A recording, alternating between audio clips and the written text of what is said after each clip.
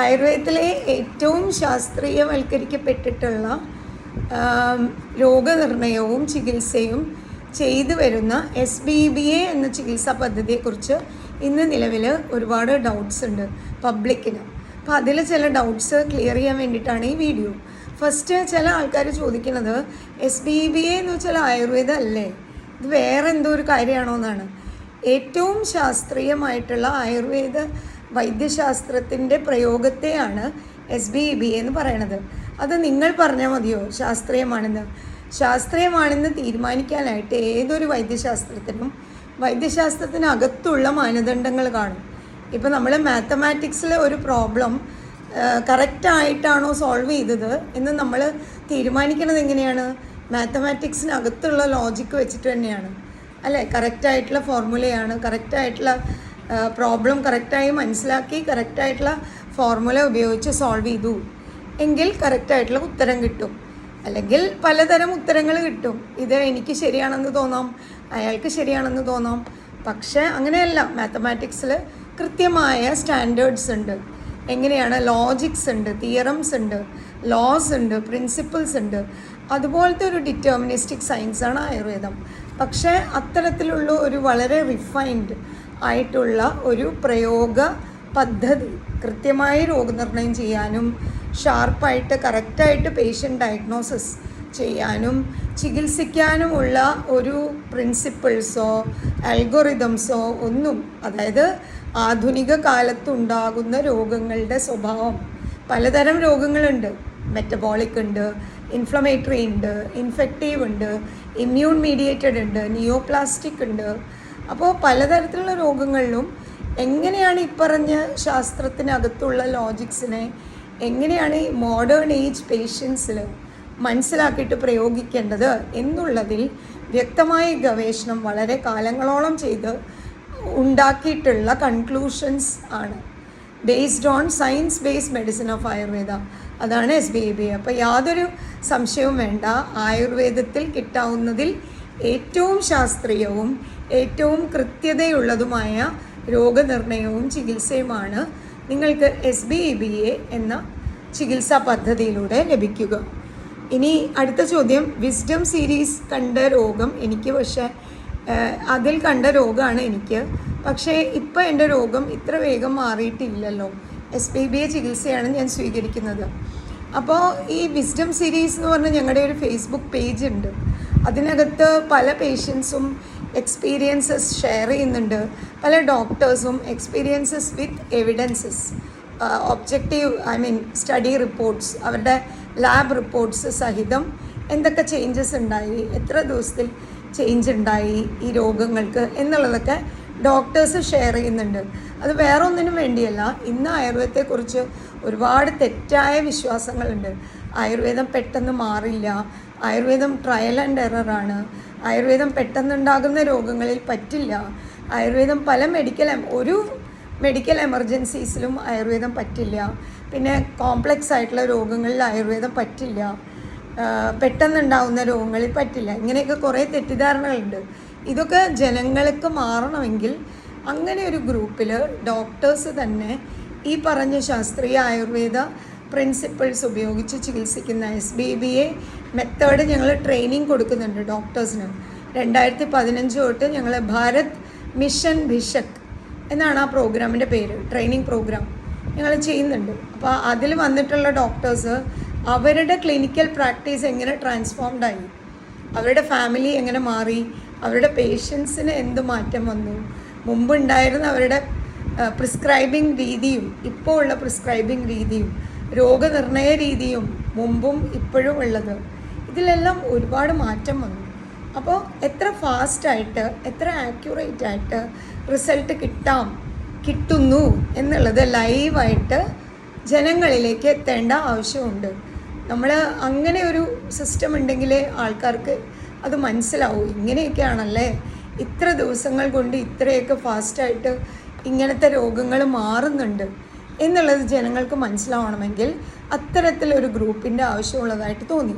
അപ്പോൾ ഈ ഗ്രൂപ്പിൽ കണ്ട ഒരാൾ എന്നോട് ചോദിച്ചതാണ്, ഡോക്ടറെ ഈ ഗ്രൂപ്പിൽ കണ്ട ഒരു കേസിലെ ഒരാൾക്കുള്ള രോഗമാണല്ലോ എനിക്കും, പക്ഷേ എൻ്റെ ഇപ്പോൾ 1 മാസമായിട്ട് മാറിയിട്ടില്ല.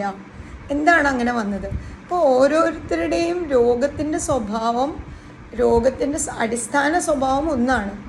പക്ഷേ എത്രത്തോളം കോംപ്ലക്സ് ആണ്, മറ്റു പലതരം രോഗങ്ങൾ ഉണ്ടായിരിക്കും. അപ്പോൾ നമുക്ക് കൃത്യമായിട്ടൊരു മെഷീൻ പോലെയല്ല അല്ലേ. ഇപ്പോൾ നമ്മളൊരു മിക്സി കേടായ മെക്കാനിക്കിൻ്റെ അടുത്ത് കൊടുത്ത് നന്നാക്കണ പോലെയല്ല human body. It's A most complex machine. പലതരത്തിലുള്ള രോഗങ്ങളുണ്ടാവും. ഇപ്പോൾ SBBയുടെ ഒരു പ്രത്യേകത എന്ന് പറയുന്നത്, നമ്മൾ പലതരം മരുന്നുകളുടെ കൂടെ കുറേ മരുന്നുകൾ എഴുതിയിട്ടുള്ള ചികിത്സയല്ല SBBയിൽ വന്ന ആൾക്കാർക്ക് നന്നായിട്ട് അറിയാം. മരുന്നുകൾ ഏറ്റവും പരിമിതമാണ്. 1-2 മരുന്നേ ഉള്ളൂ. നിലവിലുള്ള മറ്റ് രോഗങ്ങൾക്കും എല്ലാ രോഗങ്ങൾക്കും ഉള്ള മരുന്നുകൾ നിർത്തിക്കൊണ്ട് ആ മനുഷ്യനെ മനസ്സിലാക്കി ആ മനുഷ്യന് നിലവിലുള്ള എല്ലാ രോഗങ്ങളുടെയും എന്താ പറയുക, അതിൻ്റെ പാത്തോജെനിസിസ്, രോഗകാരണത്തെയും സ്വഭാവത്തെയും അവ തമ്മിലുള്ള കണക്റ്റീവ് ലിങ്ക്സും ഫങ്ഷണൽ മെഡിസിൻ എന്ന് നമ്മൾ പറയും. കാരണം പല രോഗങ്ങളും തമ്മിൽ കണക്ഷൻ കാണും. ഒരു രോഗം മര്യാദയ്ക്ക് ചികിത്സിക്കാതെ വേറെ രോഗം ആവാം, അല്ലെങ്കിൽ ഒരു രോഗത്തിൻ്റെ കോംപ്ലിക്കേഷനായിട്ട് വേറെ, അതും ഈ നേരെ ചികിത്സ കിട്ടാതെയാണ് കോംപ്ലിക്കേഷനൊക്കെ വരണത്. ഇനി പലതരം രോഗങ്ങൾ ഒരുമിച്ചുണ്ടാവാം. അപ്പോൾ പല തരത്തിലുള്ള രോഗങ്ങളുണ്ടാവാം. ഒരു ഇൻഫെക്റ്റീവ് ഡിസോർഡർ, ഒരു മെറ്റബോളിക് ഡിസോർഡർ, ഒരു ഹോർമോണൽ ഡിസോർഡർ, ഇതൊക്കെ ഒന്നിച്ചുണ്ടാവാം. അപ്പോൾ ഇതിനെല്ലാം നമ്മൾ പ്രയോഗിക്കണത് SBBയിൽ കൃത്യമായ അൽഗോറിതംസ് ആൻഡ് പ്രിൻസിപ്പിൾസ് ഉണ്ട്. അത് വെച്ച് റാഷണൽ സ്റ്റാൻഡേർഡ്സ് അനുസരിച്ച് ഉണ്ട്. അപ്പോൾ കൃത്യമായിട്ട് നമുക്ക് മിനിമം 1-2 മരുന്ന് സയൻറ്റിഫിക് ന്യൂട്രീഷൻ ഷെഡ്യൂൾ വെച്ചാണ് ഇത് ചെയ്യണത്. എന്ന് വെച്ച് നമുക്ക് കോൺട്രാക്റ്റ് എടുത്ത് ചികിത്സിക്കാൻ പറ്റില്ല. നമ്മൾ മരുന്നുകളെല്ലാം നിർത്തി ചെയ്യാണ്. കറക്റ്റ്. ഇപ്പോൾ ഇതുവരെ ചെയ്യുന്ന മരുന്നുകൾ നിർത്തിയിട്ട് ആയുർവേദ ആയാലും അലോപ്പതി ആയാലും ഹോമിയോപ്പതി ആയാലും അതെല്ലാം നിർത്തിയാണ് നമ്മുടെ SBBA guide lines from day 1 നിർത്തുന്നു. അപ്പോൾ പേഷ്യൻറ്റിനെ നമ്മൾ എഡ്യൂക്കേറ്റ് ചെയ്യുന്നു. അയാൾ ഇന്നേ വരെ ഫോളോ ചെയ്യാത്ത പല കാര്യങ്ങളും ടെമ്പററി ആയിട്ട് അയാൾക്ക് ഫോളോ ചെയ്യേണ്ടി വരുന്നു. ഡയറ്ററി മോഡിഫിക്കേഷൻസ് എസ്പെഷ്യലി വലിയ കാര്യമൊന്നുമല്ല, നമ്മൾ കഴിക്കുന്ന ഡയറ്റിലുള്ള മോഡിഫിക്കേഷൻസ് അതൊക്കെ ചെയ്യേണ്ടി വരുന്നു. പക്ഷേ അയാളെ സംബന്ധിച്ചിടത്തോളം അതൊരു വലിയ കാര്യമാണ്. Because he was never aware of these factors in the diet which is seriously involve in his disease process. So അയാളെ സംബന്ധിച്ചിടത്തോളം അതൊരു വലിയ കാര്യമാണ്. So we have to intensely educate them. നമുക്ക് നല്ല പണിയാണ്. SBBA പ്രാക്ടീഷണേഴ്സ് എന്ന് പറയുന്നത്, നമ്മൾ ഒരു പെയിൻ ഉണ്ട് പറയുമ്പോൾ ഒരു പെയിൻ ഗുളിക അഡീഷണൽ എഴുതി കൊടുക്കുക, ഡയറി ഉണ്ട് പറയുമ്പോൾ നിർത്താനായിട്ടൊരു ഗുളിക കൊടുക്കുക, അങ്ങനത്തെ ഒരു അഡ്ജസ്റ്റ്മെൻറ്റ് പരിപാടിയല്ല. ആയുർവേദത്തിലാണെങ്കിൽ എന്താ ചെയ്യണേ? ഇപ്പോൾ അലോപ്പതി മെഡിസിൻസിൻ്റെ കൂടെ കുറേ ആയുർവേദം എഴുതുക, അല്ലെങ്കിൽ കുറച്ചിട്ട് വരൂ കേട്ടോ എന്ന് പറഞ്ഞിട്ട് വിടുക. ഇതുപോലത്തെ ഓരോ പരിപാടികളാണ് കൺവെൻഷണൽ ആയുർവേദ ചികിത്സയിൽ നടക്കണേ. അങ്ങനത്തെ ഒരു പരിപാടിയല്ല SBBA.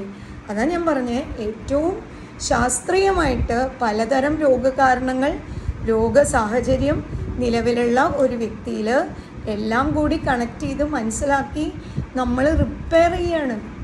ഇൻറ്റേർണൽ എൻവയൺമെൻറ്റ് റിപ്പയർ ചെയ്യാണ്. To talk this is easy, but doing this requires lot of efforts. മനസ്സിലായില്ലേ? ഇപ്പം സൂപ്പർ സ്പെഷ്യലിസ്റ്റും ഒക്കെ 10-15 മരുന്ന് എഴുതണ കാലത്താണ് നമ്മളിപ്പോൾ കാണുന്നുണ്ടല്ലോ. അപ്പോൾ പേഷ്യൻസിന് ഇതെങ്ങനെങ്കിലും ഒന്ന് നിർത്തിയാൽ മതി എന്നുള്ള അസുഖത്തിനേക്കാളും ടെൻഷനാണ് ഇപ്പോൾ ആൾക്കാർക്ക്. പല മരുന്നുകൾ കൊണ്ടും ആൾക്കാർക്ക് ഒരു നിവൃത്തിയില്ലാതെ ആയിരിക്കുകയാണ്. ചിലർ പറയും എന്നോട്, എഴുന്നേറ്റ് നടക്കാൻ വയ്യ ഡോക്ടറെ, ഈ മരുന്നിൻ്റെ സൈഡ് ഇഫക്റ്റാണ്, പക്ഷെ അത് നിർത്താൻ പറ്റില്ല എന്നാണ് പറഞ്ഞിരിക്കണത്. അപ്പം അങ്ങനെ നിർത്താൻ പറ്റാത്തൊരു മരുന്നിൻ്റെ സൈഡ് ഇഫക്റ്റും കൂടിയാകുമ്പോൾ ആ അസുഖത്തിന് വേണ്ടിയാണ് അയാൾ മരുന്ന് കഴിക്കണത്. അസുഖമോ മാറുന്നില്ല, ലൈഫ് ലോങ് ആണ്, പ്ലസ് നിർത്താൻ പറ്റാത്തതിൻ്റെ മരുന്നിൻ്റെ ദുരിതവും. അപ്പം നമ്മൾ ചെയ്യണത് SBBAയിൽ നമ്മൾ കൊണ്ടുവന്ന സാധനം റവല്യൂഷണറി മെത്തേഡ്സ് ആണ്. Full credit goes two science of Ayurveda. പക്ഷെ അത്തരത്തിലൊരു വർക്ക് ഇതുവരെ ഉണ്ടായിട്ടില്ല. ഞാൻ പറഞ്ഞു വരണത്, ഒരു മനുഷ്യൻ്റെ ശരീരത്തിൽ റിപ്പയർ ചെയ്യാൻ കുറച്ച് കാലം, 2 മാസം 3 മാസം 15 കൊല്ലം 20 കൊല്ലമായിട്ട് മനുഷ്യൻ അനുഭവിച്ചുകൊണ്ടിരിക്കുന്ന സീരീസ് ഓഫ് രോഗങ്ങൾ ഉള്ള ഒരു വ്യക്തിയിൽ എല്ലാ മരുന്നുകളും നിർത്തി ഒന്ന് സ്റ്റെബിലൈസ്ഡ് ആവാൻ 2-3 മാസം എടുക്കാം. മാക്സിമം 2-3 മാസം എടുക്കാം. അതിൽ യാതൊരു അസ്വാഭാവികതയും ഇല്ല. ഈ ഒരു കാര്യം നമ്മളൊന്ന് പറഞ്ഞ് പേഷ്യൻസിന് മനസ്സിലാക്കി കൊടുക്കണമെങ്കിൽ നമ്മൾ എന്തുമാത്രം എഫേർട്സ് ഇടണമെന്നറിയാമോ? ഒന്ന് ആലോചിച്ച് നോക്കൂ. സത്യസന്ധമാണ് ഈ പറയുന്ന കാര്യങ്ങൾ. നമുക്ക് ഉറപ്പാണ് because patient's body is responding, he is improving. നമ്മൾ ശാസ്ത്രീയമായിട്ട് ഇവാലുവേറ്റ് ചെയ്യുന്നു, എല്ലാ കാര്യങ്ങളും ഇമ്പ്രൂവ് ചെയ്യുന്നു. എന്നാൽ വാല്യൂവിൽ ഒരു ചെറിയൊരു വേരിയേഷൻ വന്നു. പേഷ്യൻ്റ് ഉടനെ മെസ്സേജ് അയച്ചു, ഡോക്ടർ ഇത് sugar 160, last time it was 145. എന്ത് പറയും? 4ഉം 5ഉം ഷുഗറിൻ്റെ ഗുളികയും ഇൻസുലിൻ എടുക്കണ ഒരു വ്യക്തിക്ക് എല്ലാം നിർത്തി ഒരു മരുന്ന് കൊടുത്തിട്ടാണ് ഈ 145 165 ആവണം. നിങ്ങളൊന്ന് ആലോചിച്ച് നോക്കൂ. SBEBക്ക് ഉണ്ടാവുന്ന ചാലഞ്ചസ് ആൻഡ് ക്വസ്റ്റ്യൻസ് ആണ് ഞാൻ പറയണത്. അപ്പോൾ നമുക്ക് കോൺട്രാക്റ്റ് എടുത്ത് ട്രീറ്റ് ചെയ്യാൻ പറ്റില്ല, but we are doing much in favour of you for your healing process. ഇനി ഓൺലൈൻ എന്താ ചെയ്യാത്തത് എന്നൊരു ചോദ്യമുണ്ട്. ഓൺലൈൻ നമുക്ക് ചെയ്യാൻ പറ്റാത്തതുകൊണ്ടാണ് ചെയ്യാത്തത്. പറ്റാത്ത കാര്യങ്ങൾ ചെയ്യാമെന്ന് പറഞ്ഞ് തട്ടിപ്പ് ചെയ്യുന്ന പരിപാടി SBEBയിൽ ഇല്ല. എന്ന് വെച്ചാൽ ആയുർവേദത്തിൽ ഞാൻ പറഞ്ഞല്ലോ, കോംപ്ലക്സ് ആണ്. എല്ലാ മനുഷ്യൻ്റെ ശരീരത്തിനകത്തുള്ള, ഇപ്പോൾ നിങ്ങൾക്ക് ഡയബറ്റീസിനൊരു ഗുളിക, തൈറോയിഡിനൊരു ഗുളിക, പ്രഷറിനൊരു ഗുളിക, അങ്ങനെയല്ല.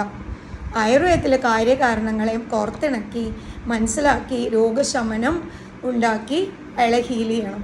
അപ്പോൾ അത് നമുക്ക് ഓൺലൈൻ ചെയ്യാൻ പറ്റില്ല. കൃത്യമായ റിവ്യൂസ്, കാലാകാലം റിവ്യൂ ഒന്നും വേണ്ട. നമ്മൾ ബ്ലോക്കിംഗ് മാസ്കിംഗ് അല്ലല്ലോ ചെയ്യണത്. മേ ബി ഒരു 2 മാസത്തോളം ഒരു കൃത്യമായ interval, may be 10 days or 14 days review വേണ്ടി വരും. സ്റ്റേജ് 2 ആവശ്യമുള്ളവർക്ക് സ്റ്റെബിലൈസിങ് ഫേസ് ആയിട്ടുള്ള 10 days ഹോസ്പിറ്റൽ അഡ്മിഷൻ വേണ്ടി വന്നേക്കാം. അത് എല്ലാവർക്കും വേണ്ടി വരണമെന്നില്ല കേട്ടോ, ചില കേസസിൽ വേണ്ടി വന്നേക്കാം. ഇഷ്ടമുള്ള സാധനങ്ങൾ കഴിക്കാതിരിക്കണോ? വേറെ ആൾക്കാർ ചോദിക്കുന്നത്, അയ്യോ ഡോക്ടറെ മീനൊക്കെ കഴിക്കാതിരിക്കുക എന്ന് പറഞ്ഞാൽ എങ്ങനെയാണ്? ഞാൻ ജനിച്ച കാലം തൊട്ട് ഞാൻ മീൻ കഴിക്കുന്നുണ്ട്. അപ്പോൾ നമുക്ക് ഈ അസുഖം ഉണ്ടെന്നൊക്കെ ഉള്ളത് ശരി തന്നെ, അസുഖം നിവൃത്തിയില്ലാതായി എന്നുള്ളത് ശരിയാണ്. അതുകൊണ്ടാണല്ലോ ഞാൻ ഡോക്ടറിൻ്റെ അടുത്ത് വന്നത്. പക്ഷെ മീനൊക്കെ കട്ട് ചെയ്യാൻ പറയുമ്പോൾ എനിക്ക് പിന്നെ ചോറ് വായിൽ വെക്കാൻ പറ്റണ്ടേ ഡോക്ടറെ? മീനില്ല, മുട്ടയില്ല, പിന്നെ പുളിയുള്ളത് കഴിക്കരുത്, എരിവ് കുറയ്ക്കണം, ഇങ്ങനെയൊക്കെ പറഞ്ഞു കഴിഞ്ഞാൽ നമ്മളെങ്ങനെ കഴിക്കും? കഴിക്കലാണോ രോഗശമനമാണോ ഇമ്പോർട്ടൻറ്റ് എന്നുള്ളത് ആലോചിക്കാം. ഇത് ജീവിതകാലം മുഴുവൻ ഇനി കഴിക്കാനുണ്ടല്ലോ. കഴിക്കാൻ വേണ്ടിയല്ലല്ലോ നമ്മൾ ഡോക്ടറുടെ അടുത്ത് വരണത്. നമ്മളൊരു ഡോക്ടറുടെ അടുത്ത് വരണത് എന്തിനു വേണ്ടിയാണ്? രോഗശമനത്തിന് വേണ്ടിയാണ്. അപ്പോൾ കഴിക്കണ കാര്യങ്ങളെക്കുറിച്ച് ചർച്ച ചെയ്യണോ ഡോക്ടർ, അതോ രോഗശമനത്തിൻ്റെ കാര്യങ്ങളെക്കുറിച്ച് ചർച്ച ചെയ്യണോ? നിങ്ങൾ തന്നെ ഒന്ന് ആലോചിച്ച് നോക്കുക. കഴിക്കണ കാര്യങ്ങളെക്കുറിച്ച് ചർച്ച ചെയ്യാനാണെങ്കിൽ റെസ്റ്റോറൻറ്റിൽ പോവാം, അവരിഷ്ടം പോലെ ഓപ്ഷൻസ് തരും. They will give you multiple options. നിങ്ങൾക്ക് എന്ത് കഴിക്കണം, എങ്ങനെ കഴിക്കണം, ഇനി മീൻ തന്നെ എങ്ങനെയൊക്കെ സ്വാദായിട്ട് കഴിക്കാം ഒക്കെ കിട്ടും. ഇത് നിങ്ങളൊരു SBEBA ഡോക്ടറുടെ അടുത്ത് വരണത് ഹീലിങ്ങിന് വേണ്ടിയിട്ടാണ് എന്നുള്ള സത്യം മനസ്സിലാക്കുക. SBEBA ഫാസ്റ്റാണ്, ആക്യുറേറ്റ് ആണ്. ഇങ്ങനെ മാവേലി കല്ലെറിയണ പോലെ 5 ആയുർവേദ മരുന്നും എഴുതി പുറമെ കുറേ ചികിത്സകളും എഴുതി കാത്തിരിക്കണ ആയുർവേദ ഡോക്ടേഴ്സ് അല്ല. എത്രയും പെട്ടെന്ന് നിങ്ങളെ സഹായിച്ച് നിങ്ങളുടെ രോഗശമനം ഉറപ്പാക്കാൻ വേണ്ടി കഷ്ടപ്പെട്ട് വർക്ക് ചെയ്യുന്ന ഡോക്ടേഴ്സാണ്, സയൻറ്റിഫിക് പ്രാക്ടീഷണേഴ്സാണ് SBEBA ആയുർവേദ ഡോക്ടേഴ്സ്. അപ്പോൾ അവരുടെ അടുത്ത് ചെന്ന് ഡോക്ടറെ ഇത് കഴിക്കാതിരുന്ന എങ്ങനെ, അത് കഴിക്കാതിരുന്ന എങ്ങനെ, ഇങ്ങനെ ചോദിക്കുന്നതിൽ ഒരു അർത്ഥവും ഇല്ല. ബെസ്റ്റ് വഴി എന്താണ്? SBEBA ചികിത്സ ചെയ്യാതിരിക്കുക. നിങ്ങൾക്ക് ഇഷ്ടമുള്ളതെല്ലാം കഴിച്ച് സുഖമായിട്ട് മരുന്നുകളും കഴിച്ച് സുഖമായി ജീവിക്കുക. നിങ്ങൾക്ക് ആസ്മ വന്നോ, ശ്വാസം മുട്ടൽ വന്നോ, വേറെ എന്തെങ്കിലും കുഴപ്പം വന്നാലോ മരുന്നുകളുണ്ടല്ലോ, മരുന്നുകൾ കഴിച്ച് ഇങ്ങനെ കഴിച്ച് ജീവിക്കുക. അത്രയേ ഉള്ളൂ. അതിൻ്റെ സൈഡ് ഇഫക്റ്റോ ഡോക്ടറെ അതിങ്ങനെയല്ലേ, എനിക്കത് കഴിക്കാൻ പറ്റില്ല, എൻ്റെ വയറ് എരിച്ചിലല്ലേ, ഞാൻ എന്ത് ചെയ്യും? നമ്മൾ എന്ത് ചെയ്യും അത് പറയൂ. നമുക്ക് ബോഡിയുമായിട്ട് in tunes with body, in tunes with immune system, in tunes with innate healing mechanisms, heal ചെയ്യാനുള്ള കാര്യങ്ങളെ അറിയൂ. നമുക്ക് തട്ടിപ്പ് ചികിത്സകളില്ല. ബ്ലോക്കിംഗ്, മാസ്കിങ്, സപ്രസിങ്, അങ്ങനത്തെ അഡ്ജസ്റ്റ്മെൻറ്റുകൾ ഇല്ല. പിന്നെ അല്ലെങ്കിൽ ആടവൈദ്യന്മാരെ പോലെ ഇതിന് ഈ എണ്ണ തേക്കൂ, അലർജിക്ക് മറ്റേ എണ്ണ, മൂക്കിലൊഴിക്കുന്ന എണ്ണ, അങ്ങനത്തെ തട്ടിപ്പുകൾ ഇല്ല. SBEBയിൽ പ്രിൻസിപ്പിൾ ഓറിയൻറ്റഡ് മെഡിസിനാണ്. നമ്മൾ പറയുന്ന nutritional guide lines, medicational guide lines വളരെ പരിമിതമായ കാലം, ഞാൻ പറഞ്ഞല്ലോ 1-2 മാസം ക്രോണിക് ഡിസീസസിൽ വേണ്ടി വന്നേക്കാം, എക്യൂട്ട് ഡിസീസസിൽ അത്രയൊന്നും വേണ്ടി വരില്ല. ഇത് ഫോളോ ചെയ്യാൻ പറ്റാത്ത ഒരാൾക്ക് SBEBA വന്ന് സമയം എന്താ പറയുക, ഡോക്ടറുടെ സമയം കളയേണ്ട ആവശ്യമില്ല. അപ്പോൾ ഇഷ്ടമുള്ള സാധനങ്ങൾ കഴിക്കാതെ ഇരിക്കണ്ട, ഇഷ്ടമുള്ള സാധനങ്ങൾ കഴിച്ച് വരുന്ന രോഗങ്ങളെ വെൽക്കം ചെയ്ത് അസുഖത്തോടെ ഇരിക്കണം എന്നതാണ് എൻ്റെ അഭിപ്രായം. ഇത്രയും കുറവ് മരുന്ന് കഴിച്ചാൽ അസുഖം മാറുമോ? അതാണ് SBEBA റിസർച്ചിൽ ഞങ്ങൾക്ക് മനസ്സിലാക്കാൻ കഴിഞ്ഞത്. അപ്പോൾ ഏറ്റവും മരുന്ന് വർക്ക് ചെയ്യണത് മരുന്നിനകത്തുള്ള ഓരോ പാർട്ടിക്കിളിലും മരുന്നാണ്. ആ മരുന്നിനകത്തുള്ള ഓരോ പാർട്ടിക്കിളും മരുന്നാണ്. അപ്പോൾ ഒരു പേഷ്യൻറ്റിൻ്റെ പല കാര്യങ്ങളും, പേഷ്യൻറ്റിൻ്റെ പ്രായം, അയാളുടെ ദഹനശക്തി, പചനശക്തി, ഇമ്മ്യൂൺ സ്റ്റാറ്റസ്, പല കാര്യങ്ങൾ, അയാൾക്ക് നിലവിലുള്ള രോഗങ്ങൾ, അയാളുടെ മെൻ്റൽ സ്ട്രെങ്ത്, അയാളുടെ ടോളറൻസ്, ഇതെല്ലാം പല പല കാര്യങ്ങളുണ്ട്. അയാളുടെ വ്യായാമശക്തി, പിന്നെ അയാൾ മരുന്ന് കഴിക്കുന്ന എത്ര സമയം കൊണ്ട് അയാൾ ഡൈജസ്റ്റ് ചെയ്യുന്നുണ്ട് മരുന്ന്, ഇങ്ങനെ മൾട്ടിപ്പിൾ ഫാക്ടേഴ്സ് ഉണ്ട്. ഇതെല്ലാം മനസ്സിലാക്കിയിട്ടാണ് ഒരാളുടെ ഡോസ്. ഏറ്റവും SBEBA പ്രത്യേകത ഏറ്റവും മിനിമൽ ഡോസാണ്, ഫ്രാഗ്മെൻറ്റഡ് ഡോസേജ് അപ്രോച്ചാണ്. അപ്പോൾ അത് അങ്ങനെ വർക്ക് ചെയ്യും എന്നുള്ളത് കൊണ്ടാണ് ഈ ഡോസ് തീരുമാനിച്ചിരിക്കുന്നത്. അപ്പോൾ അതിനെക്കുറിച്ച് ആശങ്ക ആവശ്യമില്ല. ഡോക്ടറെ മാറിയിട്ടും വരുന്നുണ്ടല്ലോ. ഇപ്പോൾ ഡയബറ്റീസ് മാറി 1 കൊല്ലം 2 കൊല്ലമൊക്കെ ഡയബറ്റീസ് ഇല്ലാതെ പിന്നെ ഒരു ദിവസം നോക്കുമ്പോൾ HbA1c 7 പോയിൻ്റ് കാണുന്നുണ്ടല്ലോ. ഞാൻ അന്ന് ചികിത്സ കഴിഞ്ഞപ്പോൾ 5.8ഉം 6.1 ഒക്കെ ആയതാണ്. നമ്മൾ തുടങ്ങിയത് 11 എന്നൊക്കെയാണ്, 9 11 കുറേ ഡയബറ്റീസിൻ്റെ ഗുളിക, കുറേ ആയുർവേദ കഷായം, ഇൻസുലിൻ, ഇതൊക്കെ കഴിക്കുമ്പോഴാണ് SBEBA തുടങ്ങിയത്. എന്നിട്ട് എൻഡ് ചെയ്യണ സമയത്ത് SBEBA മെഡിക്കൽ പ്രാക്ടീഷണർ നിർത്തുന്ന സമയത്ത് 6ഉം 5 പോയിൻ്റൊക്കെ ആയിട്ട് നിർത്തി കഴിഞ്ഞിട്ട് കുഴപ്പമില്ല, 3 മാസത്തിലൊക്കെ നോക്കുമ്പോൾ കുഴപ്പമില്ല. പക്ഷേ ഇപ്പോൾ നോക്കുമ്പോൾ 8 മാസം കഴിഞ്ഞോ 1 കൊല്ലം കഴിഞ്ഞോ നോക്കുമ്പോൾ 7.2 കാണുന്നു. അതെന്താ ഡോക്ടറെ അങ്ങനെ? വീണ്ടും വരാൻ പാടില്ല എന്നല്ലേ ഡോക്ടർ പറഞ്ഞത്? വീണ്ടും വരാൻ പാടില്ലാത്ത രീതിയിലുള്ള സ്റ്റെബിലൈസേഷൻ ട്രീറ്റ്മെൻറ്റാണ് SBEBA ക്രോണിക് ഡിസീസസിൽ സെക്കൻഡ് ഫേസിൽ ചെയ്യണത്. Stabilization of metabolism. ഇതൊക്കെ ഒരു മെറ്റബോളിക് ഡിസോർഡറാണ്. Diabetes, hypothyroid, cholesterol. അപ്പോൾ അതിനെയൊക്കെ നമ്മൾ immune disorders, auto immune conditions, allergies, അപ്പോൾ അതിനെയൊക്കെ ഇനി വരാത്തക്ക രീതിയിൽ നമ്മൾ മാക്സിമം സ്റ്റെബിലൈസ് ചെയ്തിട്ടാണ് ട്രീറ്റ്മെൻറ്റ് നിർത്തണത്. SBEBA ഒരു പ്രത്യേകത, ട്രീറ്റ്മെൻറ്റ് നിർത്താൻ വേണ്ടിയാണ് SBEBA ട്രീറ്റ്മെൻറ്റ് തുടങ്ങി ഇങ്ങനെ ജീവിതകാലം മുഴുവൻ തുടരാൻ വേണ്ടിയിട്ടല്ല. അപ്പോൾ അത്തരത്തിലൊരു റെസ്പോൺസിബിലിറ്റി ഉള്ളതുകൊണ്ട് ഞങ്ങൾ എന്താ ചെയ്യുക, വി എഡ്യൂക്കേറ്റ് ബിഫോർ മെഡിക്കേറ്റ്. നമ്മൾ പഠിപ്പിച്ചു കൊടുക്കും, ഇങ്ങനെയാണ് കാര്യങ്ങൾ. 2 ഫേസാണ്. സെക്കൻഡ് ഫേസ് കഴിഞ്ഞിട്ട് നിർത്തിയിട്ട് നോർമൽ ഡയറ്റിലേക്കും ലൈഫ് സ്റ്റൈലിലേക്കും പോകും. അപ്പോഴും നിങ്ങൾ ശ്രദ്ധിക്കേണ്ട 1-2 കാര്യങ്ങളുണ്ട്. Exercise, medicated water. പിന്നെ നിങ്ങൾ ഈ രോഗം നിങ്ങൾക്ക് വരാനുള്ള ടെൻഡൻസി എന്നും ഉണ്ട്, നിങ്ങളുടെ ശരീരത്തിലുണ്ട്. അപ്പോൾ അത് വരാതിരിക്കാൻ വേണ്ടി നിങ്ങൾ മന്ത്ലി 1 വീക്ക് നിങ്ങൾ ഇന്ന കാര്യങ്ങൾ ചെയ്യണം. അത് പറയുന്നുണ്ട്. എല്ലാ മാസവും 5 ദിവസം മുതൽ 7 ദിവസം വരെ ഇന്ന കാര്യങ്ങൾ ശ്രദ്ധിക്കണം. കുറച്ച് മാസങ്ങളിൽ അത് ചെയ്യണം. Depends on the person's conditions. പിന്നെ ഒരു കാര്യം ചെയ്യാനുള്ളത്, നിങ്ങൾ വേറെ അസുഖങ്ങൾ വരുമ്പോൾ എങ്ങനെയാണ് മാനേജ് ചെയ്യണത്. ഇപ്പോൾ ഒരു ഇൻഫെക്ഷൻ, ഒരു അക്യൂട്ട് കണ്ടീഷൻ വന്നു, ഒരു പെയിൻ വന്നു, ഒരു ഫീവർ വന്നു, നിങ്ങൾ എങ്ങനെയാണ് മാനേജ് ചെയ്യണത്? അതൊക്കെ നിങ്ങളുടെ ഈ എന്താ പറയുക മാറിയ രോഗം വരുമോ ഇല്ല എന്നൊക്കെ ഉള്ളത് തീരുമാനിക്കും. ഫോർ എക്സാമ്പിൾ, ഒരു വൈറൽ ഇൻഫെക്ഷൻ വന്നു, നിങ്ങൾ പാരസെറ്റമോളും ആൻറ്റിബയോട്ടിക്സ് ഒക്കെ കഴിക്കുന്നുണ്ടെങ്കിൽ നമുക്ക് പറയാനൊന്നും പറ്റില്ല ഡയബറ്റീസ് തിരിച്ചു വരില്ല എന്ന്. ബിക്കോസ് എല്ലാം മെറ്റബോളിക് ഇംബാലൻസ് ഉണ്ടാക്കുന്ന സാധനങ്ങളാണ്. ഓക്കെ, അപ്പം ഞങ്ങൾ ട്രെയിൻ ചെയ്യുന്നുണ്ട്. ഇൻഫെക്ഷൻ വരുമ്പോഴും ഇൻഫ്ലമേഷൻ വരുമ്പോഴും എന്താണ് ചെയ്യേണ്ടത്, എങ്ങനെയാണ് മാറ്റേണ്ടത്, ഇതൊക്കെ കൃത്യമായി ഫോളോ ചെയ്താൽ വരാനുള്ള സാധ്യത, വീണ്ടും തിരിച്ചു വരാനുള്ള സാധ്യത കുറവാണ്. ഇനി ഇപ്പോൾ കോവിഡ് വാക്സിന് ശേഷം ഇമ്മ്യൂൺ ഡിസ്ഫങ്ഷൻ വളരെ ഗ്രേവാണ്, മെറ്റബോളിക് ഇംബാലൻസ് വളരെ ഗ്രേവാണ്. അപ്പോൾ നമുക്ക് ഇങ്ങനെ, അതാ ഞാൻ പറഞ്ഞത്, ഇറ്റ്സ് എ ഹ്യൂമൻ ബോഡി. നമുക്ക് കരാറെടുത്ത് ട്രീറ്റ് ചെയ്യാനൊന്നും പറ്റില്ല. But we are making sure it doesn't happen. പിന്നെ എമർജൻസി രോഗങ്ങളിലെ സാധ്യത. എമർജൻസി രോഗങ്ങളിൽ പലപ്പോഴും പല കണ്ടീഷൻസ്, ആസ്മ, അതുപോലെ തന്നെ പല ഡയറിയ, വോമിറ്റിംഗ്, ഫീവർ, പിന്നെ എന്താ പറയുക, അങ്ങനത്തെ കണ്ടീഷൻസ്, പെട്ടെന്ന് ഉണ്ടാവുന്ന വയറുവേദനകൾ, അതൊക്കെ നമുക്ക് കൃത്യമായ പ്രോട്ടോക്കോൾസ് SBBL ഉണ്ട്. എന്താണ് ചെയ്യേണ്ടത്, എങ്ങനെയാണ് ഇവാലുവേറ്റ് ചെയ്യേണ്ടത്, ആവശ്യമുള്ളിടത്ത് ബ്ലഡ് ടെസ്റ്റ് ചെയ്തിട്ട് എത്രയും പെട്ടെന്ന് പെയിൻ മാറ്റാൻ പറ്റും. പെയിൻ കില്ലറൊന്നുമല്ല, കാര്യകാരണങ്ങളെ റിവേഴ്സ് ചെയ്തിട്ട് SBBL പെയിൻ റിവേഴ്സൽ മെക്കാനിസംസ് ഉണ്ട്. ഇപ്പോൾ ഡയറിയ ആണെങ്കിൽ നമുക്ക് ഡയറിയ നിർത്താൻ പറ്റും, വോമിറ്റിംഗ് നിർത്താൻ പറ്റും. ഒന്നും ഈ പറഞ്ഞ പോലെ സപ്രഷൻ അല്ല, പ്രോപ്പറായിട്ട് ചെയ്യാൻ പറ്റും. അതാണ് സയൻസ് ഓഫ് ആയുർവേദത്തിൻ്റെ പ്രത്യേകത. അതിങ്ങനെ തോന്നിയ പോലെ വൃത്തികെട്ട രീതിയിൽ പഠിപ്പിച്ചും ട്രെയിൻ ചെയ്തും വർഷങ്ങളോളം ഇരുന്നതുകൊണ്ടാണ് ആയുർവേദത്തിൽ ആർക്കും ഇതൊന്നും ചെയ്യാൻ പറ്റാതെ വന്നതും. ആർക്കും എന്നതുകൊണ്ട് ഞാൻ ഉദ്ദേശിച്ചത് പൊതുവെ ആർക്കും. ഇനി ആരെങ്കിലും എവിടെയെങ്കിലും ഇരുന്ന് ചെയ്യുന്നുണ്ടെങ്കിൽ നല്ല കാര്യം, പക്ഷെ പൊതുവെ ആരും ചെയ്യുന്നില്ല. അതുകൊണ്ടാണ് ആയുർവേദത്തിൽ വൊമിറ്റിങ്ങും ഡയറിയൊക്കെ വന്നാൽ പൊക്കിക്കൊണ്ടുപോയി അലോപ്പതി ആശുപത്രിയിൽ കൊണ്ടുപോയി സപ്രഷൻ ഉള്ള ഇഞ്ചക്ഷനെല്ലാം കൊടുക്കേണ്ടി വരുന്നത്. ആയുർവേദ ഡോക്ടേഴ്സിന് SBBA അറിയാമായിരുന്നെങ്കിൽ വളരെ സയൻറ്റിഫിക്കലി വളരെ പ്രോപ്പറായിട്ട് ഇത്തരം എമർജൻസി കണ്ടീഷൻസ്, ഇതൊന്നും എമർജൻസി ഒന്നും അല്ല, കറക്റ്റായിട്ട് മാനേജ് ചെയ്താൽ within 1 to 2 hours patient stable ആവും, അത്രയേ ഉള്ളൂ.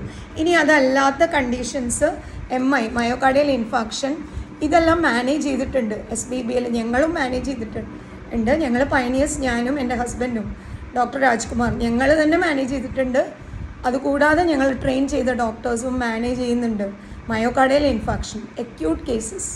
ഇനി മയോകാർഡിയൽ ഇൻഫാക്ഷൻ കഴിഞ്ഞിട്ടുള്ള ആൾക്കാർക്ക്, മുമ്പ് ഉണ്ടായിട്ടുള്ള ആൾക്കാരും ഇഷ്ടംപോലെ treatment undergoing. They are willing, they want to stop other drugs and they want to adopt this, so they are also coming. നമ്മൾ ആരെയും ഇൻവൈറ്റ് ചെയ്ത് വിളിക്കുകയല്ല, they want to do SBBA, so it is our duty to treat them. അപ്പോൾ അങ്ങനെയുള്ള cases, myocardial infarction, സ്ട്രോക്കിൻ്റെ ലക്ഷണങ്ങളൊക്കെ വരുമ്പോൾ പെട്ടെന്ന് എന്ത് ചെയ്യണം എന്നുള്ളത് SBBAയിൽ ഞങ്ങൾ ട്രെയിനിങ് കൊടുത്തിട്ടുണ്ട്.